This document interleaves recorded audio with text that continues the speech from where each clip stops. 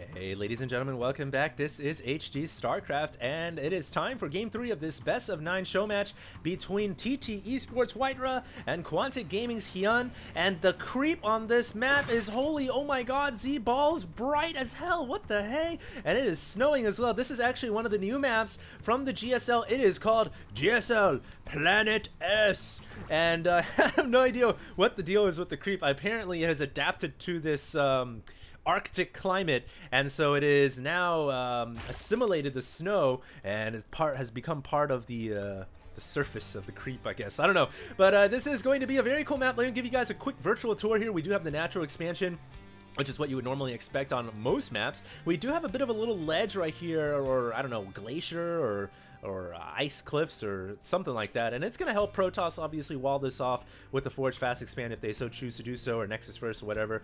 We do have a Probe and an Overlord kind of crossing paths, but there's I guess this would be the third expansion. There is some rocks over here leading out to another expansion over here, and the middle of the map is kind of interesting. We've got a bunch of these little ice obstacles and a little Logran where there is some gold expansions that you can mine, and a beautiful little butterfly has been put in for aesthetic purposes as well.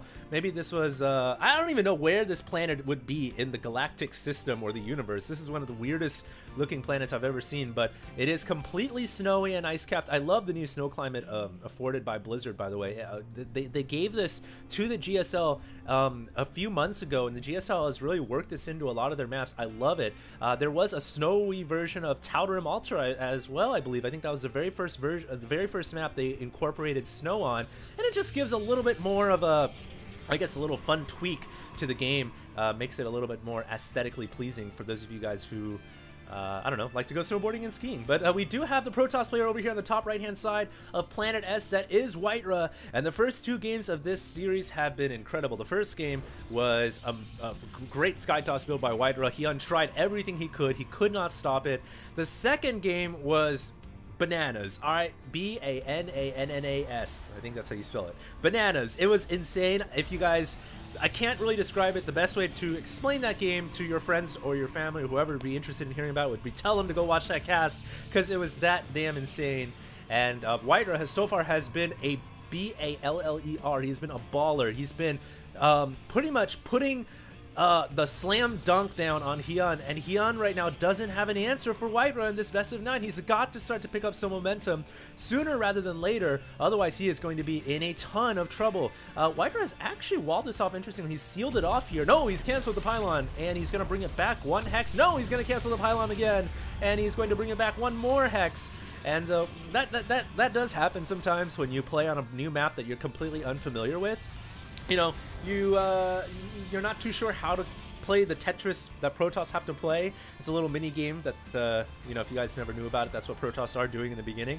And so he has left a little hex open here so that he can wall it off with a zealot, and then he can let units pass through in and out if necessary. But yeah, very, very interesting here. Now, is WhiteRa going to forget the Warp Gate research this time, or is he maybe going to go for the Skytoss build again? I think this map is a little bit smaller than, say, Star Station or any of the big maps available. So because the map is I think it's slightly smaller with a little bit less expansions, maybe he's not going to go for the Skytoss build. Maybe he's going to play something different. We'll just have to wait and see.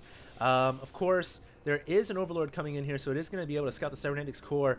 But regardless, I love seeing players play on new maps, because new maps proliferate different types of strategies. You know, I would love to see some island maps incorporated sometime in the future. There were some island maps actually back in the days of professional Brood War gaming where you did have to get off your island in order to be aggressive and attack.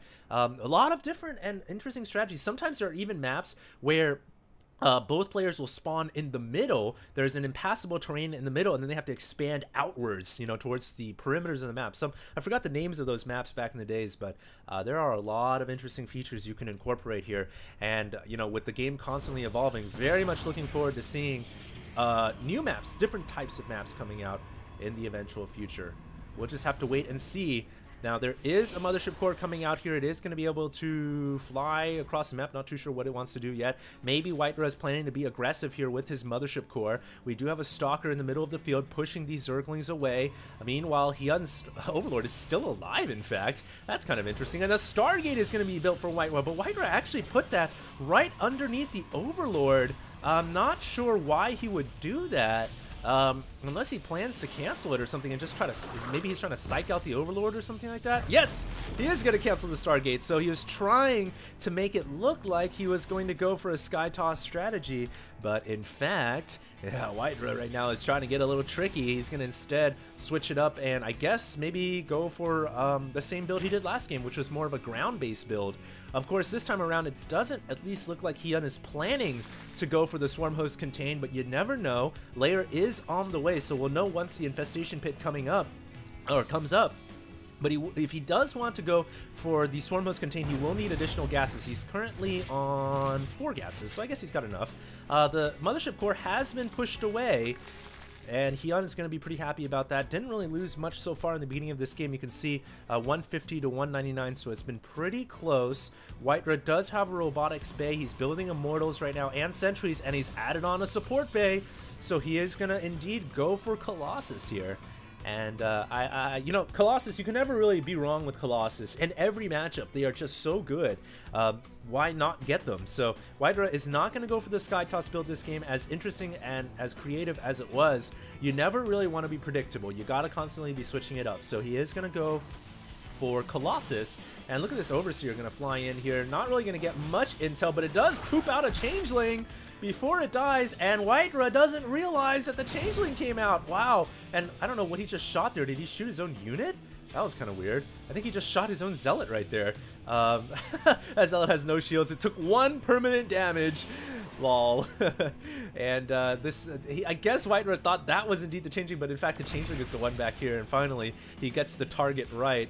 And here we go. We do have some Speedlings maybe thinking about doing a run by, but you know, probably not a good decision since there are sentries there ready with force fields. And so the Zerglings are going to go retreat. We have Hydralisk on the production tab. Hyun is planning to go for Hydras. People, Zerg players these days just love Hydralisk. They are so good. I mean, I've said it so many times, and I feel like I am a little bit of a broken record, but it is. It's a great unit now. It's not that expensive. It kind of reminds you of the old school Hydralisk in Brood War because of the speed. The speed is like the biggest factor of all. And we can see Muscular Augments is on the way for those Hydralisks. They will be able to shut down an Immortal Sentry attack with absolute ease. Another Overseer is actually going to go down here. That's like the 3rd one so far this game. And the Changeling falls as well. Unfortunately, every Overseer that's been flying around so far has flown over significant Protoss resistance. And Hyun here planning to actually intercept that Protoss army on the ground, but unfortunately it is no longer there. Muscular Augment's still about a minute away, so the Hydras are still pretty slow. No, you do not move faster on snow. You only move faster on creep. Hydralisks are like, why? But here we go. Hyun is planning to move in.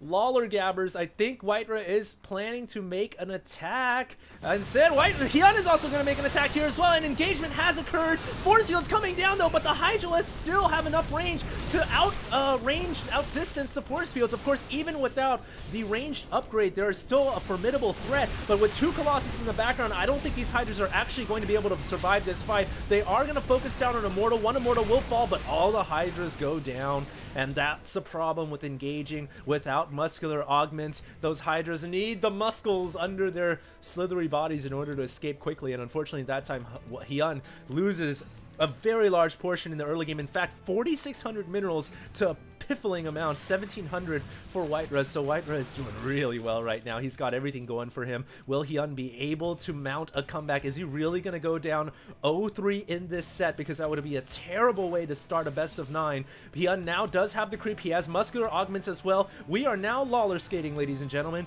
And will Hyun be able to push this army away? There are Zealots being incorporated as well, and the Zealots are really a big threat when it comes to Speedlings. Speedlings, yes, without Zealots, they might be able to surround this army and take it out, but now that Zealots have been incorporated as well, not too sure if Hyun wants to go in and fight that army. He might think about incorporating a few Roaches. Time Warp Field comes down, and the Hydras and Speedlings trying to slowly get out of there. They will.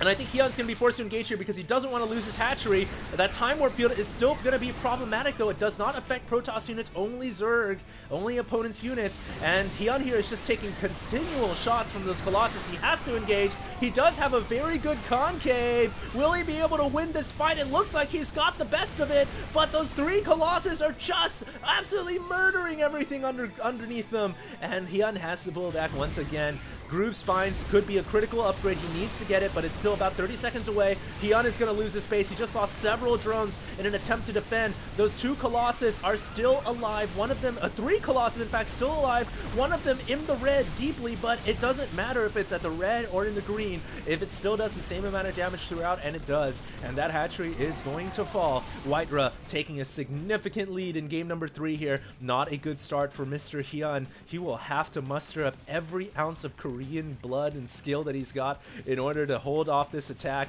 It looks like WhiteRa is just going to go right for the natural expansion. And Hyun says, all right, I know I can't win if I just try to defend. I've got to try to go for the base trade. And I totally agree with this idea. He has nothing else to do but to try to be aggressive and hope WhiteRa pulls back. WhiteRa doesn't have a mothership core, so he can't warp back home right away. You know, I actually think WhiteRa can just kill every critical building here. He doesn't need to retreat. He can just go for the win. At the same time, though, the Hydras have made their way into the main base, and they have killed off a bunch of workers. 28 workers have gone down. And WhiteRa in a little bit of trouble right here. He doesn't want to let these Hydras just completely overrun his main base. He actually just probe drilled his way up the ramp and trying to fight off the Hydras with probes. Right now, Hydras switching into their melee attack, which is completely the same as their normal range attack, just an aesthetic cosmetic difference. And it looks like these Hydras all together killing off, wow, 43 workers.